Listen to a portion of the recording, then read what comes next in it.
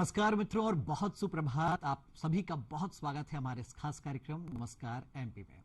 दोस्तों, जैसा कि आप जानते हैं कि इस कार्यक्रम में हम हर दिन आप तक पहुंचाते हैं कुछ अहम विषयों पर रोचक जानकारियां, साथ ही साथ आपको मिलवाते हैं कुछ खास मेहमानों से और करवाते हैं उनसे आपके जिज्ञासाओं का समाधान, वो देते हैं आपके प्रश्नों का जवाब। जी हाँ, तो नमस्कार एमपी में आज भी हम कुछ ऐसे रोचक विषयों पर चर्चा करेंगे। कुछ खास मेहमान हमारे साथ स्टूडियो में मौजूद रहेंगे जिनसे आप सीधी बातचीत कर सकते हैं। तो दर्शकों, कार्यक्रम की शुरुआत में सबसे पहले आप हमारे फोन नंबर नोट कर लीजिए ताकि आप इन नंबरों पर फोन करके सीधे हमसे जुड़ सकते हैं, अपने सवाल पूछ सकते हैं। तो नंबर आपके टेलीविजन स्क्रीन पर भी फ्लैश हो रहे हैं, हम भी बता देते हैं आपको।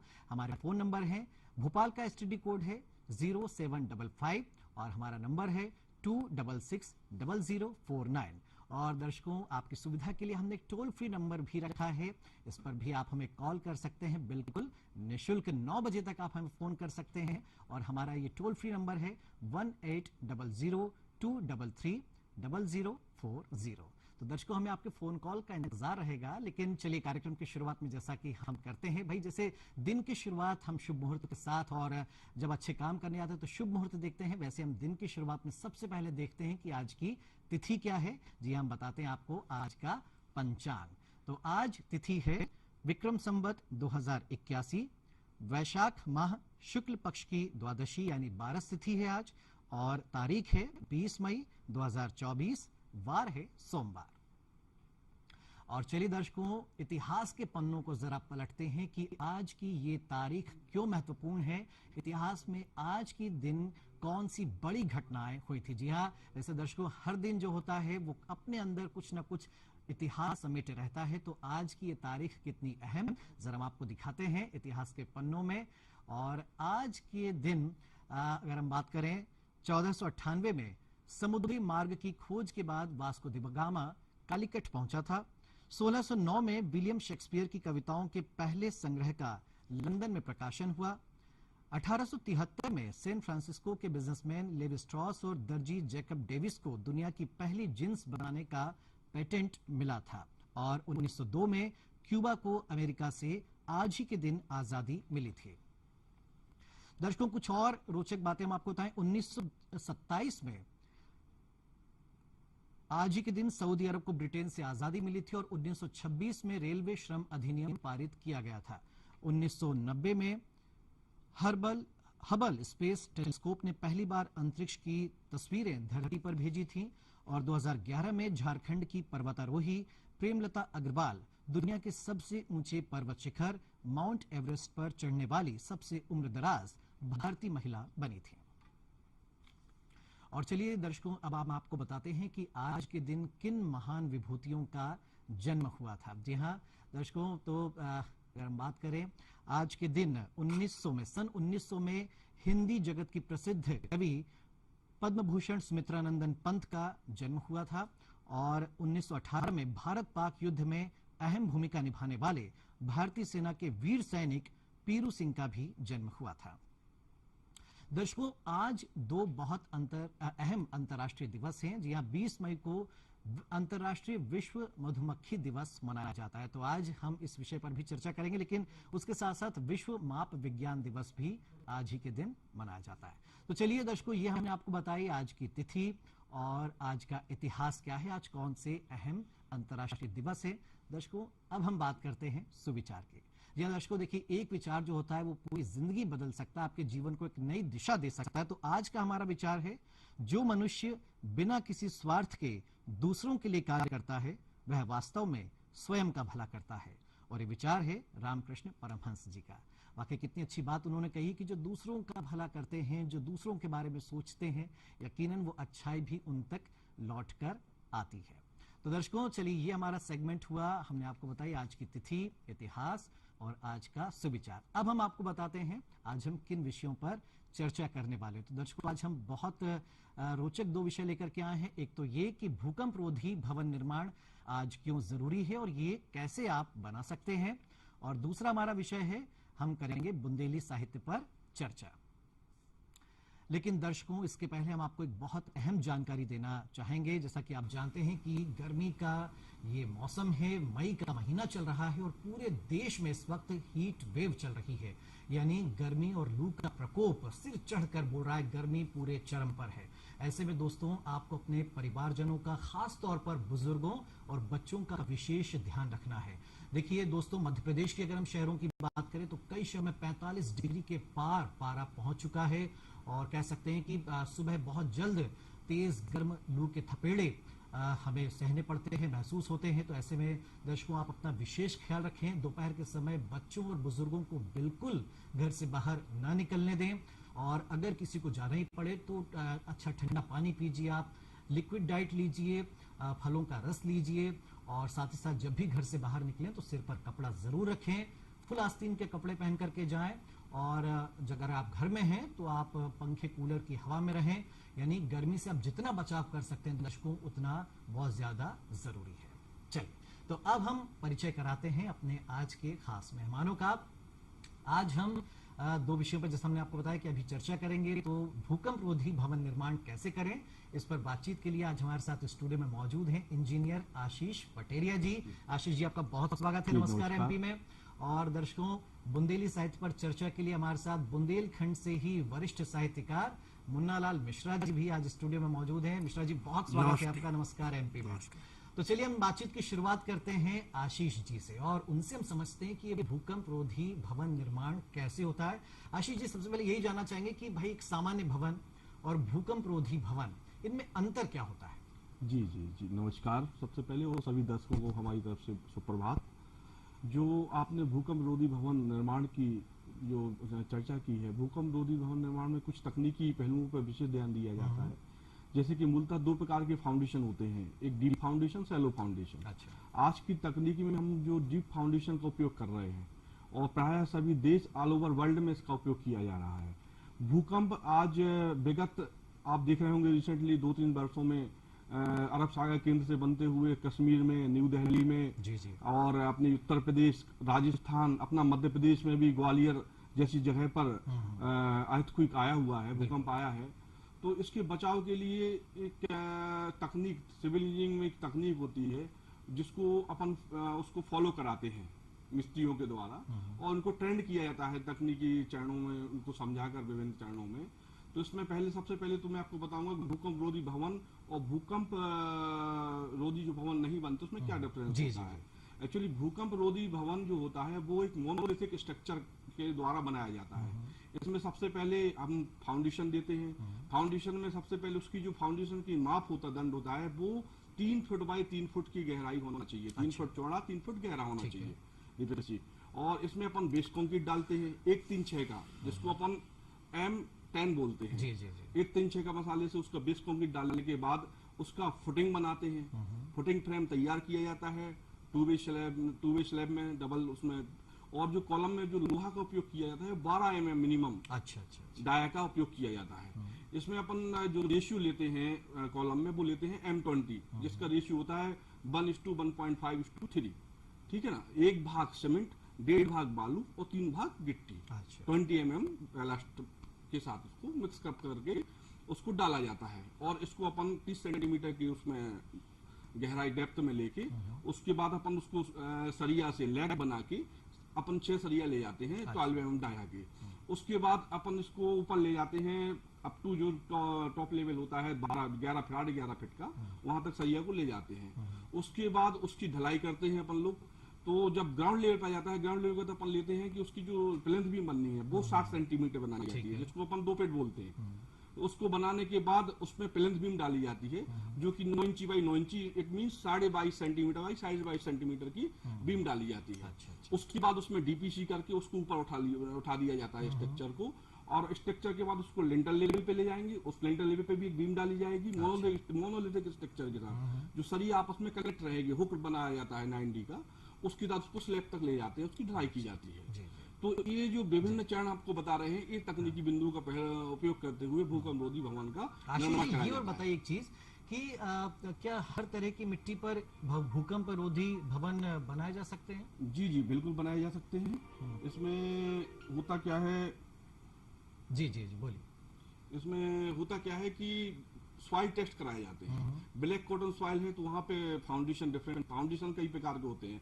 एक पाइलिंग फाउंडेशन होता है जहाँ पे काली मिट्टी आती है, या जो जहाँ पे सैंडी सॉइल होती है, जैसे जो समुद्र किनारे जो भवन बनते हैं वहाँ पे रेतीला वो रहता है, तो वहाँ पे अपन पाइलिंग फाउंडेशन उपयोग करते हैं। और बाकी नॉर्मली ये जो हमने आपको साइज बताया तकनीकी पैरामीटर, जनरली जो स्टार्टा मिलता है जहाँ पे हार्ड सॉइल मिलती है तो वहाँ पे बनाए जाते हैं। एक दर्शकों के मन में जरूर जिज्ञासा होगी आशीष जी कि भाई अगर हम भूकंप रोधी भवन बना रहे हैं तो क्या उसमें कुछ ज्यादा खर्चा हो जाता है? कोई आम व्यक्ति अगर जैसे अपने मकान बनाते हैं तो कितना एक्स्ट्रा इसमें खर्चा आ सकता है? मुश्किल से 10 से 20% खर्चा अच्छा। एक्स्ट्रा आता है। इसमें हमें पता है कि जो टोटल कॉस्ट होती है, फॉर एग्जाम्पल कोई बिल्डिंग भवन का कॉस्ट 10 लाख रुपए है, तो अपन इसको बनाते हैं तो 20% लेबर पे खर्च होता है, 80% मटेरियल पे होता है जनरली।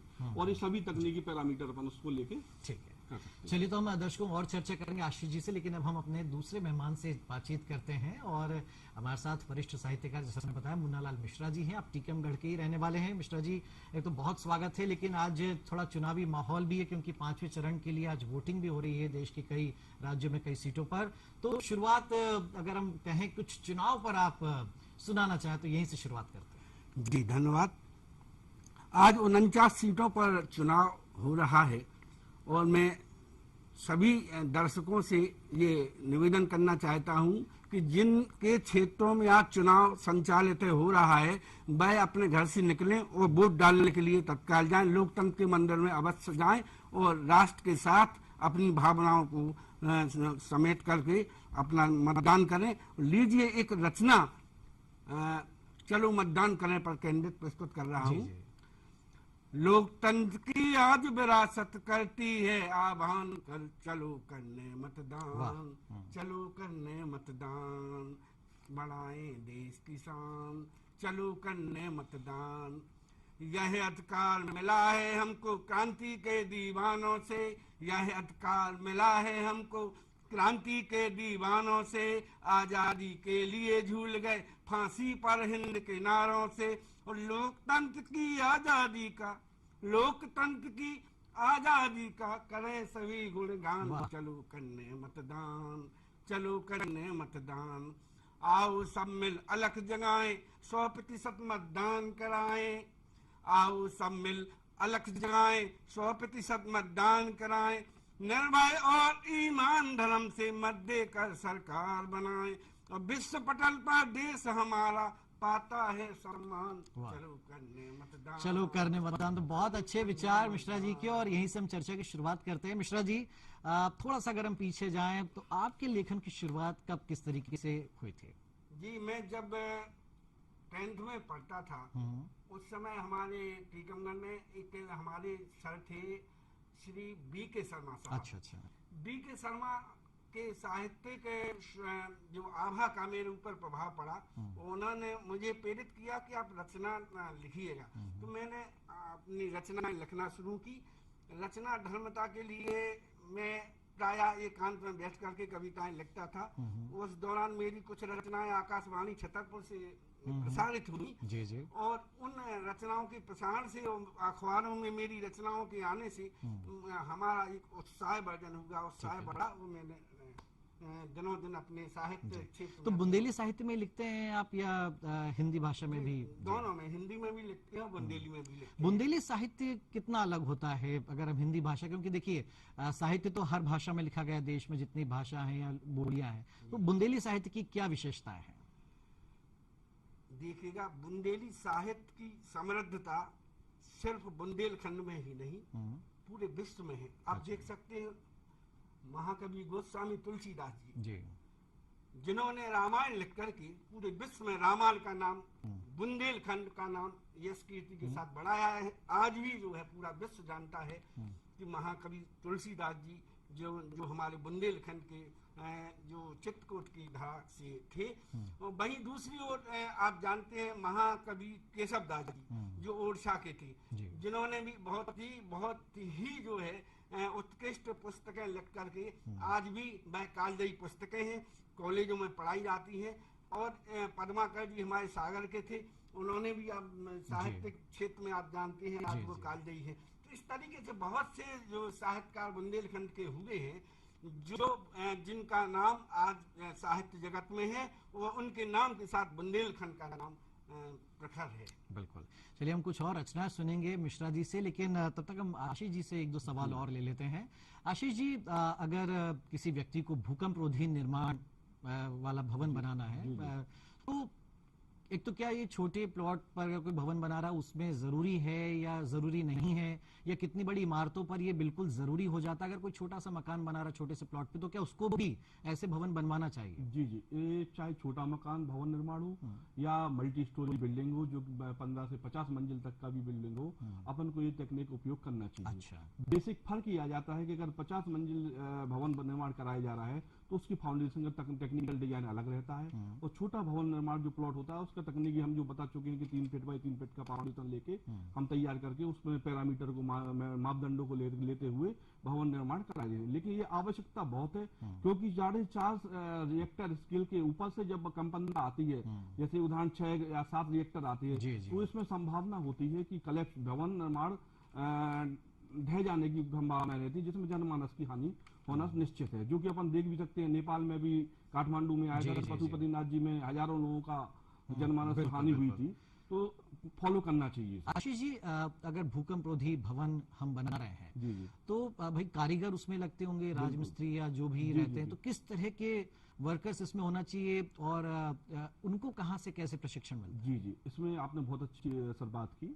एक्चुअली इसमें टेक्निकल परीक्षण दिया जाता है, ट्रेनिंग दी जाती है, जो कि हमारे औद्योगिक सेंटर है, ITI सेंटर बने हुए हैं, वहां पर उनको एक क्रम बाई क्रम, चरण बाई चरण तरीके से 100 मिस्त्रियों का बना के उन्हें तकनीकी रूप से पूरा ज्ञान दिया जाता है। जी। कि आपको यूनिट क्या लेके चलना है, कितना डेप्थ लेके चलना है, कैसे आपको स्ट्रक्चर को तैयार करना है, उसको हमें ढलाई कितना है, उसका टेम्परेचर कितना लेके चलना है कंक्रीट का, उसको हमें जो सरिया का कितना ओवरलैप करना है, कितना वो, ये पूरा टेक्निकल मापदंड हम उस ITI सेंटर में ट्रेनिंग के दौरान देते हैं। यानी अगर आप भवन बनवाने जा रहे हैं तो पहले अपने जो मिस्त्री हैं, जो कारीगर हैं, उनसे भी आप जानकारी ले लें। यानी दर्शकों, देखिए बहुत जरूरी हो जाता है कि अगर आप भवन निर्माण करने जा रहे हैं तो पहले आप देख लीजिए कि आपके जो मिस्त्री हैं वो इस विधा में माहिर हैं या नहीं, और अगर आप इच्छा रखते हैं कि भाई भूकंप रोधी हमारा भवन होना चाहिए, और जैसा कि बता रहे आशीष जी कि आज के समय में बहुत जरूरी है, तो बिल्कुल इस बात का विशेष ध्यान रखिएगा। आशीष जी, एक बात और जानना चाहेंगे आपसे कि कितने जो तीव्रता का भूकंप है, भूकंप रोधी भवन वो झेल जाते हैं? जी, प्रायः 4.5 से 5 रिएक्टर स्केल तक का जो आता है कंपनता, अगर अपन लोग भवन बना रहे हैं, भूकंप रोधी भवन बना रहे हैं, तो वो झेल जाते हैं। अच्छा। उसके बाद भी अगर 6 और 7 रिएक्टर तक का भी आता है, तो भवनों में कुछ नहीं होता है, स्ट्रक्चरल क्रैक क्रिएट होते हैं, ना कि कोई बिल्डिंग कलेप्स होगी। अच्छा। और अगर कोई भवन भूकंप रोधी भवन नहीं बनाए गए, तो पूरी बिल्डिंग ही धराशायी होने की संभावनाएं 100% होती है, जो कि देखा जा रहा है। और तकनीकी रूप से आज भारत अपितु पूरे वर्ल्ड में भूकंप रोधी भवन निर्माण ही कराया जा रहा है। जैसे जापान एक उदाहरण है। जी। जापान में आपने देखा होगा कि जापान में कम से कम 12 महीने में 6 महीने कंपनता आती है, और वहां पे 7.5 से 8 रिएक्टर तक का आता है। तो वहां पे कुछ विशेष डिजाइनों का उपयोग, जिसको वुडन स्ट्रक्चर बोलते हैं। अच्छा। आप जो आज कंक्रीट का जो डिजाइन बना रहे हैं, कंस्ट्रक्शन कर रहे हैं, तो वहां पे एक वुडन स्ट्रक्चर का भवन निर्माण कराया जाता है। वहां पे पूरे पियर बनाते हैं, लकड़ी के पियर बनेंगे, नीचे फाउंडेशन भी लकड़ी का ग्लेज फाउंडेशन ले जाएंगे, उसमें आपस में रिकनेक्ट करके ऊपर जो वो होगा ट्रस वगैरह डाल के वो वुडन स्लैब डालते हैं, जिसमें अगर कहीं भी 7, 8, 9 रिएक्टर तक का भी अगर भूकंप आता है तो उसमें सहन करने की क्षमता होती है। तो देखिए दर्शकों, भूकंप कितनी तबाही लाता है, प्राकृतिक आपदा, उसको आप देखिए रोक तो नहीं सकते, लेकिन उससे हम बचाव कर सकते हैं। और इसलिए आशीष जी जैसे बता रहे हैं कि भाई भूकंप रोधी भवन निर्माण आज की जरूरत है, और मध्य प्रदेश के भी कई शहरों में कई बार भूकंप के झटके महसूस किए गए, कुछ नुकसान भी हुआ है। तो इसलिए अगर आप भवन निर्माण करने जा रहे हैं तो इस तकनीक का भी जरूर लाभ उठाएं। हम मिश्रा जी से कुछ और चर्चा करना चाहेंगे, चूंकि आज सोमवार का दिन है तो शुरुआत जरा साहित्य के साथ ही हो जाए। तो मिश्रा जी, अब क्या सुनाना चाहेंगे आप? जी, मैं अपनी एक बात आपके समक्ष रखता हूँ। जी कि जो वर्तमान परिवेश में जो हिंदी साहित्य में बुंदेलखंड के अंतर्गत समकालीन रचनाकार, साहित्यकार जो कार्य कर रहे हैं, उनके बारे में भी बताना चाहता हूं बिल्कुल कि एक टीकमगढ़ के डॉक्टर कैलाश बिहारी द्विवेदी साहब हैं, जिन्होंने बुंदेली शब्दकोश लिखा है। अच्छा, यानी बुंदेली भाषा में डिक्शनरी पूरी? Yes sir. जी जी जी। बुंदेली शब्दकोश डिक्शनरी जो लिखी है, जो बहुत ही जो है यूनिवर्सिटियों में सब जगह पीएचडी करने वाले छात्रों के लिए और आम साहित्यकारों के लिए बहुत महत्वपूर्ण ही उपयोगी है। और समकालीन दौर में जो आज हमारे रचनाकार लोग योगदान दे रहे हैं बुंदेली के साहित्य के क्षेत्र में, उनमें आप जानते होंगे डॉक्टर मालिनी अवस्थी जी, महेश कटारे जी, पद्मश्री अवध किशोर जड़िया साहब, कन्हैयालाल बिंदु जी, गुणसागर सत्यार्थी, डॉक्टर दुर्गेश दीक्षित, दीनदयाल तिवारी बेताल, डॉक्टर बहादुर सिंह परमार, पद्मश्री कैलाश मलवैया जैसी और भी तमाम जिनके नाम लेना समय नहीं है। जी जी जी। बहुत सी ऐसे हमारे रचनाकार हैं जो बुंदेली साहित्य के लिए समर्पित थे और बुंदेली साहित्य को सिर्फ जो है अपने बुंदेलखंड के दायरे में ही नहीं पूरे देश में लाने के लिए प्रयास कर रहे हैं। जी जी। तो चलिए कुछ रचना अगर आप सुनाना चाहें। और जी स्वागत। देखिएगा, हम मौसम के दीवाने हैं, हम मौसम के दीवाने हैं, दिल वाले मस्ताने हैं, दिल वाले हैं मस्ताने हैं, हम पानी के ऊपर भी कलम चलाने वाले हैं, हम पानी के ऊपर भी कलम चलाने वाले हैं।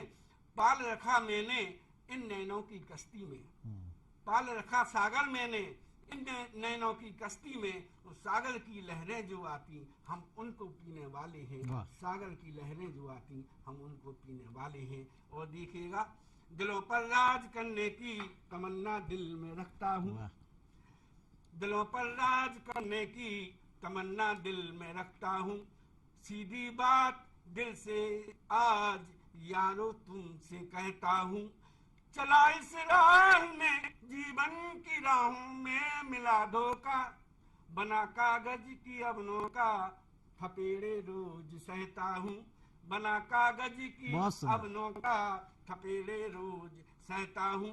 और देखिएगा, रिश्ते में मजबूरी नहीं मजबूती होना चाहिए, रिश्ते में मजबूरी नहीं मजबूती होना चाहिए, मन में नहीं रिश्ते सदा, मन में नहीं रिश्ते सदा, दिल में होना चाहिए, दिल में होना चाहिए। और यूं तो गिरगिट की तरह रंग बदलता आदमी, यूं तो गिरगिट की तरह रंग बदलता आदमी, हमको सदा उस आदमी से दूर बहुत अच्छी बात कही है मिश्रा जी ने। देखिए, वो अपनी कविता के माध्यम से आपको एक संदेश भी दे रहे हैं। ये थोड़ा सा बताइए मिश्रा जी की कई विधाएं होती हैं साहित्य लेखन में, और खासतौर पर काव्य में भी हम देखते हैं दोहे लिखता है कोई, कोई मुक्तक लिखता है, कोई छंद लिखता है। तो बुंदेली साहित्य में किस प्रकार से लिखा जाता है? जी देखिएगा, एक्चुअली जो हमारा प्राचीन बुंदेली साहित्य है, तो बुंदेली साहित्य में जैसे लोक परंपरा के अंतर्गत लोकगीत हुए, लोक परंपरा के अंतर्गत राग के गीत हुए, इस तरीके से प्राचीन तो बहुत है। लेकिन समकालीन दौर में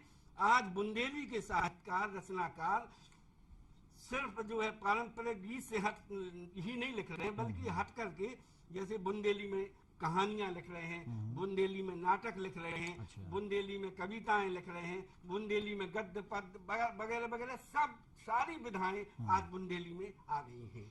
जी जी। चलिए आशीष जी, एक दो सवाल और। भाई कई लोगों के मन में एक सवाल हुआ कि हम तो मकान बनवा चुके हैं, ठीक है, अब दोबारा तो बेस या नींव डलना बड़ा मुश्किल हो जाता है, तो क्या वो कुछ उपाय कर सकते हैं कि, या फिर ये नींव या नया मकान बनाते समय ही बहुत ज्यादा ध्यान रखना चाहिए इस बात का? नहीं सर, ये जो है टेक्निकल रूप से जब भवन निर्माण होता है उस समय पर ही इन्हीं पैरामीटर का उपयोग किया जा सकता है। ये पैरामीटर आप जब भवन निर्माण हो जाए और उसने अगर भूकंप रोधी भवन निर्माण नहीं कराया है तो फिर इसमें ये संभव नहीं है कि वो स्ट्रक्चर हुए स्टेबलाइज कर सके। तो ये संभव, लेकिन हाँ ये है कि अगर वो आउटर रूप से कुछ सपोर्टिंग आउटर कॉलम करके उसको सपोर्ट स्लैब तक ले जाए या इस प्रकार का फाउंडेशन ट्रीटमेंट कर दे, तो इसमें थोड़ा बहुत हो सकता है मोर और लेस, लेकिन 100% वो स्ट्रक्चर को नहीं डाल सकते। भारत में आप बता सकते हैं कि अभी जो भूकंप रोधी भवन निर्माण हो रहे हैं उनका कितना फायदा देखने को मिला है, क्योंकि देश में भी हमारे कई शहरों में भूकंप आ चुके हैं। इसका तो रिसेंटली उदाहरण आपको बताएं सर कि टेक्निकल रूप से आप देखें अपने देश की राजधानी दिल्ली है, जहां पर हाई राइज बिल्डिंग बनी हुई है, 50 से 60 मंजिला स्ट्रक्चर खड़ा हुआ है। आपने वहां देखा होगा कि 6.5 रिएक्टर स्केल का भूकंप आया था। हाँ। जो कि एक इंस्ट्रूमेंट होता है, सीजनोग्राफिक इक्विपमेंट होता है, उपकरण होता है, उसके माध्यम से वाइब्रेशन, उसकी तीव्रता मापी जाती है। तो आप ये देखें 6.5 रिएक्टर स्केल का भूकंप आज दिल्ली में सहन हो गया, इमारतों ने सहन कर लिया, तो सिर्फ और सिर्फ ड्यू टू अर्थक्वेक जो वाइब्रेशन सहन किया गया है वो भूकंप रोधी टेक्निक के आधार पर बनाई हुई बहुमंजिला बिल्डिंग के कारण हुआ है, ये संभव हो पाया है। अगर ये टेक्निक नहीं होती और ओपन फाउंडेशन या विदाउट टेक्निक द्वारा बनाया जाता तो बिल्डिंग कलेप्स धराशायी हो जाती, जिसमें लाखों लोगों की जनमानस की हानि होने की संभावना रहती है। आशीष, थोड़ा सा इतिहास बताइए कि भूकंप रोधी भवन निर्माण की शुरुआत कब, कहाँ, किस तरीके से हुई थी? सर, भूकंप रोधी भवन निर्माण की जो स्टार्टिंग हुई वो ब्रिटेन कालीन समय से ही मतलब चालू हो गई, तभी से शुरू हो गए, तभी से शुरू हो गई थी। और अपन लोग जो नई टेक्नोलॉजी आजकल व्यवहारिक रूप से आप देख रहे हैं, सिविल इंजीनियरिंग में भी नई नई टेक्नोलॉजी का आविष्कार हो रहा है। नए नए ऐसे स्ट्रक्चर बनाए जाए जो बहुत इकोनॉमिकल हो, एक मध्यम वर्गीय परिवार, एक गरीब परिवार भी उसको एफोर्ड कर सके, इस प्रकार की टेक्निक का उपयोग किया जा रहा है। उसमें स्ट्रक्चर को इस प्रकार से ढलाई की जा रही है कि हम जो आउटर दीवारें ले रहे हैं वो 9 इंची, अंदर की 4 इंची कर रहे हैं, जिससे कि कॉस्ट कम आए। तो उससे हम समरूपता ले आते हैं कि जो अगर वो भूकंप रोधी भवन बना रहे हैं तो उसमें आपका जाना कॉस्ट खर्चा ना पड़े। चलिए, समय विदा लेने से पहले मिश्रा जी, हम चाहेंगे कि जो बुंदेली साहित्य में अपना भविष्य बनाना चाहते तो आपकी ओर से उनके लिए क्या मार्गदर्शन है? मैं अपने साहित्यिक बुंदेली साहित्यिक बंधुओं से यही अपेक्षा और निवेदन करूंगा कि जो भी लिखे वो बुंदेली जो प्राचीन हमारा साहित्य है, जो ईश्वरी का साहित्य है, जो बुंदेलखंड के विद्वानों का साहित्य, उसको पढ़ें जरूर। लिखने के पहले पढ़ना बहुत आवश्यक होता है। बिल्कुल ठीक। मसलन किसी भी प्रांत की या देश की जो संस्कृति सभ्यता होती है, यदि उसको देखना है तो हमें उधर का साहित्य देखना। बिल्कुल ठीक बात कही आपने। तो चलते चलते अगर कुछ और 4 पंक्तियां आप सुनाना चाहते? जी जरूर। रिश्ते चंदन की तरह दिल से होना चाहिए, चाहे टुकड़े 1000 हो पर महकना चाहिए, पर महकना चाहिए। हवाएं आज चारों ओर चल रही, अपनी सुगंध जग में सदा महकना चाहिए, सदा महकना चाहिए। आती हैं जो हिलोरें जीवन की राह में, आती हैं जो हिलोरें जीवन की राह में, जूझने का इस दिल में अरमान होना चाहिए। वो यूं तो किनारे बहुत हैं जीवन के सागर में, यूं तो किनारे बहुत हैं जीवन के सागर में, पर हौसले की कश्ती सदा पार होना चाहिए, पर हौसले की कश्ती सदा। तो देखिए, मंडे मोटिवेशन भी दे दिया आज मिश्रा जी ने हमारी इस चर्चा के दौरान। मिश्रा जी, आपका बहुत बहुत शुक्रिया। आशीष जी, आपका बहुत बहुत शुक्रिया। हमारे दोनों खास मेहमानों ने आज हमें 2 अहम विषयों पर चर्चा के जरिए बहुत अहम जानकारियां दी। दर्शकों, फिलहाल एक छोटे से ब्रेक के लिए हम रुकेंगे, लेकिन ब्रेक के बाद जब हम हाजिर होंगे तो जैसे हमने आपको शुरुआत में बताया था कि आज अंतर्राष्ट्रीय मधुमक्खी दिवस है।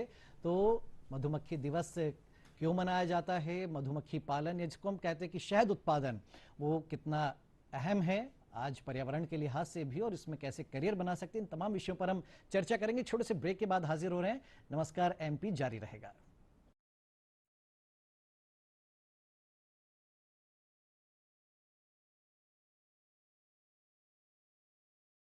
देखो ग्रोवर, तुम्हारा साबुन जी से है। जी फॉर ग्रोवर। मेरे नाम का सोप, ये तो मेरी लस्सी से भी ज्यादा स्पेशल है। थैंक यू राया। और गुगली, दूसरा जी तुम्हारे लिए, जी फॉर गुगली। हाँ? वाव। हाँ, और सी फॉर चंकी, डी फॉर बूम्बा। हाँ, और एच फॉर हीरो, हीरो तुम्हारे लिए। Oh thank you, thank you, thank you. साबुन से जब हम हाथ धोते हैं, हैप्पी और हेल्दी सारे होते हैं। गली गली सिम सिम, देखिए गली गली सिम सिम प्रतिदिन शाम 4:30 बजे सिर्फ डीडी नेशनल पर, देश का पहला चैनल, देश का अपना चैनल। क्या खत्म होगा 17 साल का इंतजार? क्या किंग कोहली और हिटमैन की होगी वर्ल्ड कप में जीत से विदाई? क्या टीम इंडिया है तैयार? देखिए T20 वर्ल्ड कप का सीधा प्रसारण 5 जून से टीवी फ्री डिश पर।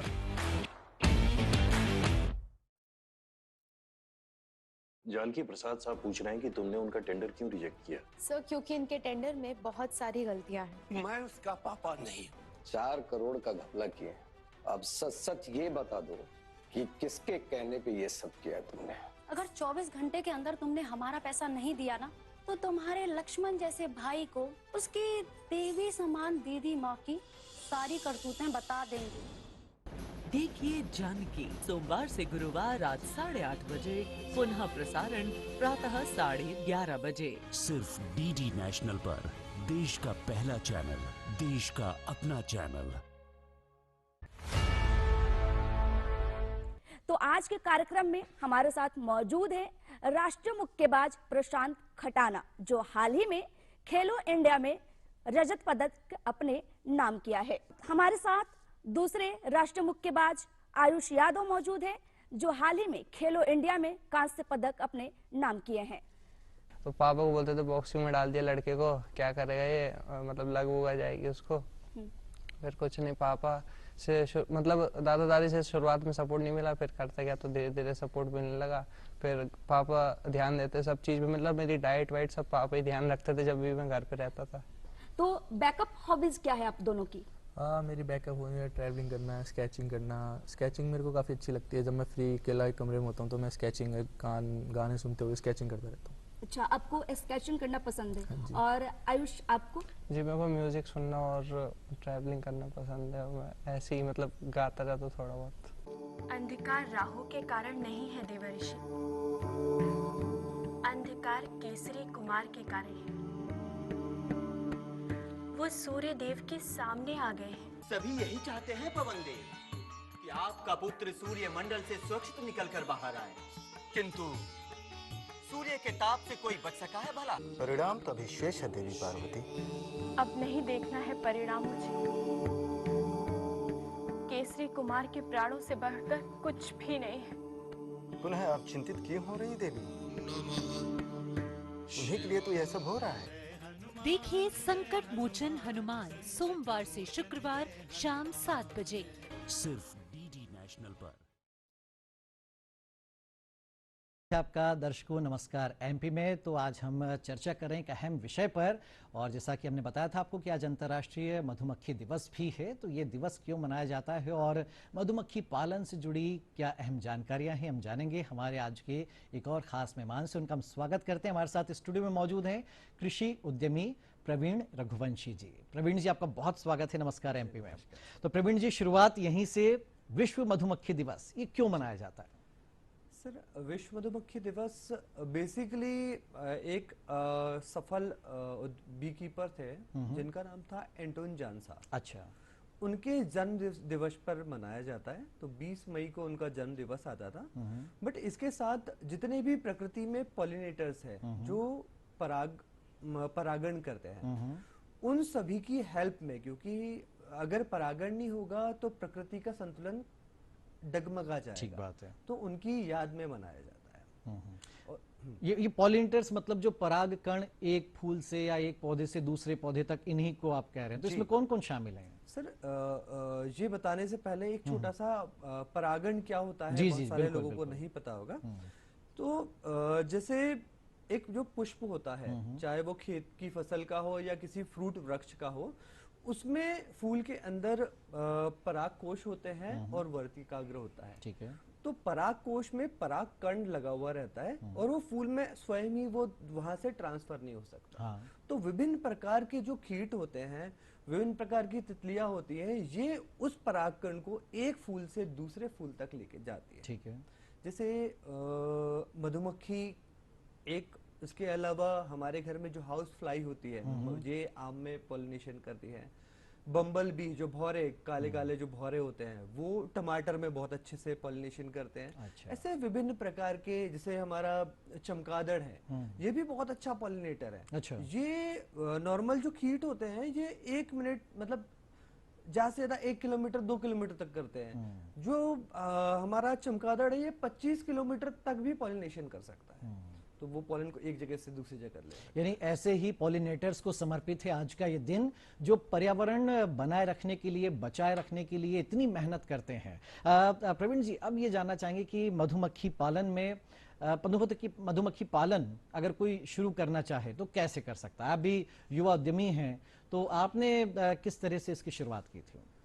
सर लगभग मुझे 6 से 7 साल हो चुका है मधुमक्खी पालन में। मैं ग्रेजुएट भी हूँ BSc एग्रीकल्चर। सबसे पहले मैंने बहुत ढूंढा कि कहाँ से मुझे ट्रेनिंग मिल जाए, मुझे उस समय नॉलेज उतना था नहीं, तो मैंने ऐसे ही हनी बी बॉक्सेस लेके आ गया और थोड़ा सा 1-2 बॉक्स पे प्रैक्टिस करने लगा। ठीक है। फिर मुझे लगा कि नहीं, इसमें कुछ अच्छा कर सकते हैं, तो फिर मैंने बहुत सारी जगह सर्च करी। उसके बाद एक हमारे इंडिया का एक सेंटर है CBRIT पुणे में बी रिसर्च सेंटर है, वहाँ से मैंने ट्रेनिंग ली। ट्रेनिंग लेने के बाद फिर हनी बी कॉलोनीज मैंने परचेज की 50 से धीरे धीरे मधुमक्खी पालन करते करते फिर मेरे कॉलोनीज बड़ी बक्से बढ़ गए। उसके बाद फिर पैकेजिंग चालू कर दी। पैकेजिंग के बाद अब वाइट लेबलिंग भी, मतलब मैं ब्रांडिंग करके भी बेचता हूँ। तो ये शहद उत्पादन होता है इससे, या फिर और भी कुछ और फायदे मिल जाते हैं बाय प्रोडक्ट के रूप में? देखिए, शहद उत्पादन तो होता ही होता है, साथ में ये बहुत अच्छा क्वेश्चन है जो किसानों के लिए बहुत अच्छी चीज है। किसान जो सोचता है कि भाई शहद मिल जाएगा, जी। बस हो गया, बट शहद के अलावा बी पॉलन मिलता है जिसकी प्राइस शहद से भी ज्यादा है। अच्छा। परपोलिस मिलता है, इसकी भी प्राइस शहद से ज्यादा है। बी वैनम मिलता है, इसकी प्राइस बहुत ज्यादा है। अच्छा। ये जितने प्रकार के अपने L3 L4 बैक पेन हो गया है, जॉइंट पेन में जो दवाइयाँ बनती है वो बी वैनम से बनती है। अच्छा। उसके अलावा रॉयल जेली एक प्रोडक्ट होता है, हनी बी कॉलोनीज बना के बेच सकते हैं। तो शहद तो हम पैदा करते हैं, शहद के साथ में ये 5-6 चीजें और भी हम पैदा करके उससे भी इनकम। यानी देखिए दर्शकों की सिर्फ किसान भाई नहीं, बल्कि एक आम व्यक्ति भी, एक आम ग्रेजुएट शख्स भी अगर चाहे तो वो मधुमक्खी पालन का व्यवसाय शुरू कर सकता है। और केवल शहद नहीं, बल्कि आपको कई प्रकार के उससे बाय प्रोडक्ट मिल जाते हैं जिनको आप बेच करके बहुत अच्छा मुनाफा प्राप्त कर सकते हैं, अपना व्यवसाय बढ़ा सकते हैं। हम देखिए तस्वीरें भी दिखा रहे हैं मधुमक्खी पालन से जुड़ी हुई। प्रवीण जी, एक और चीज की क्या असली शहद, वो जो कहते हैं बाजार में कई तरह के शहद मिलते हैं, तो असली शहद की पहचान क्या होती है? देखिए, सबसे बड़ी समस्या हमारे देश में ही है। मैंने किसी ने भी शहद लिया, खरीद के यहाँ पे रखा, सबसे पहला ख्याल मेरे दिल में वही आएगा, ये शहद क्या असली है या नकली? जी जी। तो सबसे पहली चीज, हम शहद को देख के ही समझ जाते हैं कि भाई ये असली है या नकली है। ये हमारे इंडियंस की आज सोच हो गई है, मानसिकता हो गई है। वो सोचते हैं कि ये देखो जम गया नीचे मतलब नकली है। अच्छा। और मेरा कहना है कि अगर जम गया है तो वो असली है। अच्छा। क्योंकि हमारे देश में बहुत सारी ऐसी फसल है जिनसे शहद पैदा होता है, वो धीरे धीरे क्रिस्टलाइज हो जाता है। अच्छा अच्छा। जैसे मध्य प्रदेश के अंदर सबसे ज्यादा भिंड, मुरैना, ग्वालियर में शहद पैदा होता है। यहाँ पे मस्टर्ड पे शहद पैदा अब सरसों का शहद जैसे देसी घी रहता है, एकदम सेम वैसे ही आपको। अच्छा। उसके अलावा जैसे लीची का हनी होता है, वो क्रिस्टलाइज हो जाता है, जम जाता है। तो पहली चीज तो हमको देख के हनी को जज नहीं करना है कि ये डुप्लीकेट है, या अगर वो जम गया है तो इसका हनी का नेचुरल फिनोमिना है कि वो जमता ही। अच्छा अच्छा। अब बात आती है दूसरी की क्या क्या चीजें हम फिजिकली करके देख सकते हैं जिससे हमें प्योरिटी की गारंटी मिले। सबसे फर्स्ट हम एक गिलास पानी लेंगे, एक गिलास पानी में हम शहद को एक स्पून डालेंगे, सीधे जाके वो नीचे बैठ जाएगा। अगर वो घुलते हुए जा रहा है तो मतलब उसमें कुछ मिलावट है। अच्छा। और सीधे जाके बैठ जा रहा है मतलब वो प्योर हो सकता है। अच्छा, हो सकता है, क्योंकि बिना लैब टेस्ट के तो हम गारंटी नहीं दे सकते ना कि ये प्योर ही है। बट हम कुछ ये फिजिकल चीजें देख सकते हैं। उसके अलावा आप जैसे इसको घुमाओगे, स्पून से घोलोगे जी जी, और उसके बाद आप वो पानी पी लोगे, फिर आखिरी में नीचे हाथ लगा के देखिएगा, आपको शहद की कुछ ना कुछ मात्रा मिलेगी। अच्छा। इसके अलावा अब शहद को कॉटन पे रख के या कागज पे रख के जला सकते हैं। आजकल बहुत सारे ट्रेंडिंग वीडियो चल रहे हैं, वो नोट पे शहद लगाते हैं, नीचे से जलाते हैं। लेकिन ऐसा ना करें, ऐसा नहीं करना है। नॉर्मल आप पेपर ले लें, उसमें आप हनी लगाएं और नीचे से नहीं जलाएं, उसको जैसे अपन किसी भी कागज को जलाते वैसे ही हैं उस जलाएं। तरीके से जलाएं। ठीक है। हमारी जो नोट वगैरह होती है हमारे राष्ट्र की संपत्ति है, बिल्कुल सही अगर बात वो है। जल गई तो फिर वो नुकसान हमारे होगा। लिए नुकसान ठीक बात है। ऐसा तो कभी नहीं करना है। तो कपास वगैरह में लेके उसको जला के देखें। शहद अगर प्योर होगा तो वो जलेगा नहीं। वो जैसे अपन पानी के हाथ लग जाते हैं तो जल नहीं पाता ना, जी, उस जी, तरीके जी। से वो काला ठीक होके बात बुझ है। जाएगा। चलिए ये देखिए बहुत अच्छी पहचान के तरीके बताए हैं प्रवीण जी ने, और जब भी आप अगली बार शहद खरीदें तो घर में ये जो तरीके बताएं प्रवीण जी ने उससे आप एक्सपेरिमेंट कर सकते हैं या जांच कर सकते हैं एक शुरुआती कि भाई हमारा जो शहद हम खा रहे हैं जिसके में कई मिनरल्स होते हैं, कई विटामिन होते हैं, तो क्या वो शुद्ध है या नहीं है। प्रवीण जी, हमारे युवा उद्यमी जो इस दिशा में अपना करियर बनाना चाहते हैं, मधुमक्खी पालन की शुरुआत कैसे कर सकते हैं, कितनी जगह लगती है, कितनी पूंजी उसमें लग सकती है? जी, सबसे पहली बात, जगह की आवश्यकता बिल्कुल भी नहीं है मधुमक्खी पालन को, क्योंकि हमारी ऐसी सोच बन गई है कि अगर मैं मधुमक्खी पालन करूंगा तो मेरे घर में पीछे जमीन होना चाहिए और उसमें मैं फूलों की खेती करूं और सब चीजें करूं। अब 1 एकड़ में अगर मैं फूलों की खेती साल में 2 बार करता हूं या 3 बार करता हूं तो मुझे कम से कम 30-40 हजार रुपए कॉस्ट हो जाएगी।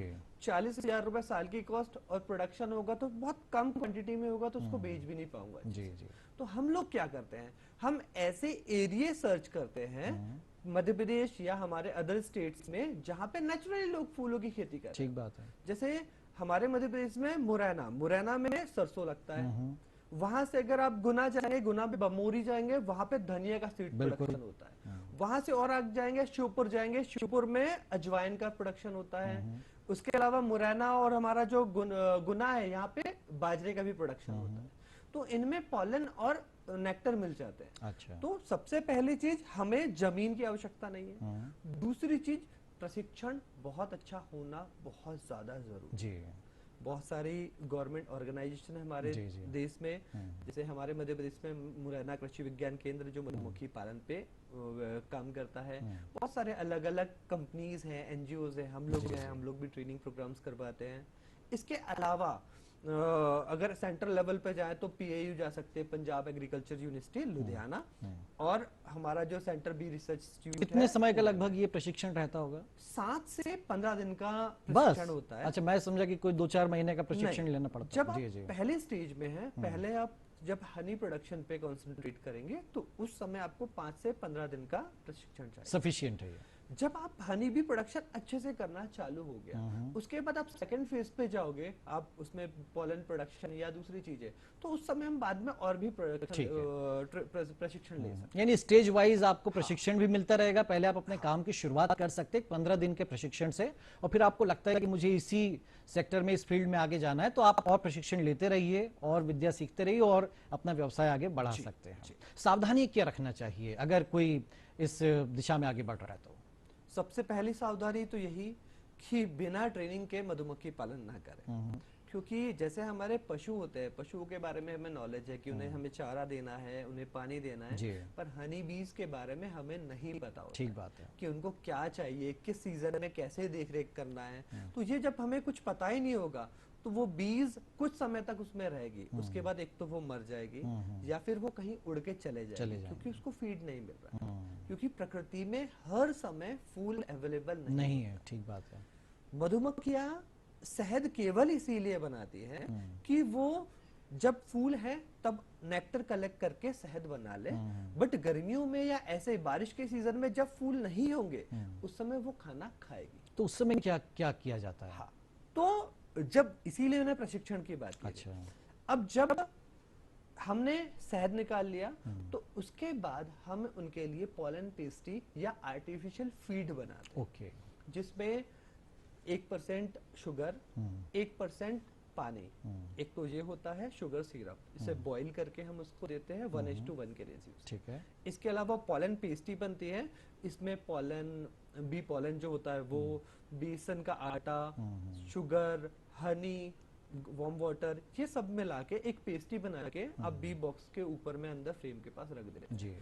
बीज उसको खाती है और अपनी लाइफ को उस समय जब डर्ट पीरियड, उसे डर्ट पीरियड कहते हैं, उस समय सरवाइव करते हैं। अब हमने ट्रेनिंग ही नहीं की है और आगे हमने लेके आगे हनी बी हाइव तो 20 नुकसान हो जाएगा 20। जी, करीब करीब कितनी लागत से आप स्टार्ट कर सकते हैं इस बिजनेस को?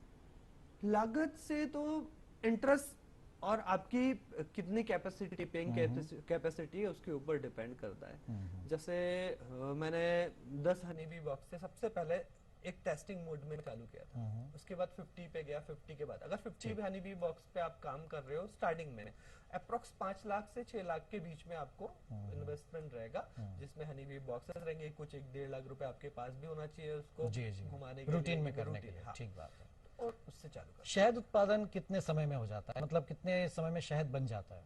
हाँ, शहद उत्पादन सीजनेबल होता है। जैसे बहुत सारे मेरे जो कॉलर्स मेरे पास कॉल आते हैं किसानों के, वो कहते हैं सर शहद कितने दिन के बाद हमको निकाल लेना है हनी बी से?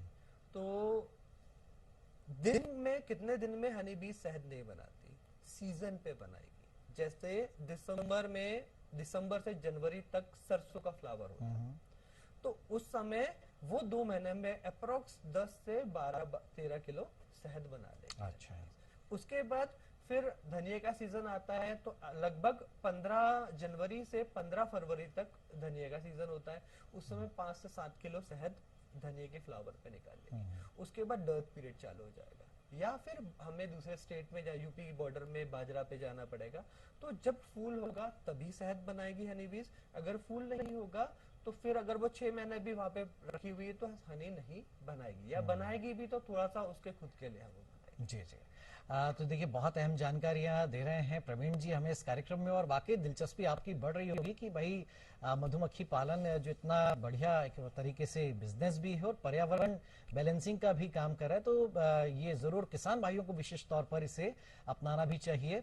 प्रवीण जी कुछ और आप जानकारी देना चाहें मधुमक्खी पालन से जुड़ी, क्या एहतियात रखना चाहिए, क्या सावधानी? ट्रेनिंग तो सबसे बेसिक चीज हो ही गई कि इसके अलावा एक सेंटर से या अगर कोई शुरुआत कर रहा है तो क्या उसे मान लीजिए किसी दूसरे शहर में रह रहा है तो क्या वहीं जाकर के ही उसको अपना सेंटर बनाना पड़ेगा? देखिए लगभग 3 से 4 चीजें हैं हनी बीज में जो हमको मेनली ध्यान देना है। पहला ट्रेनिंग की बात हो गई, सेकंड है हमें माइग्रेशन।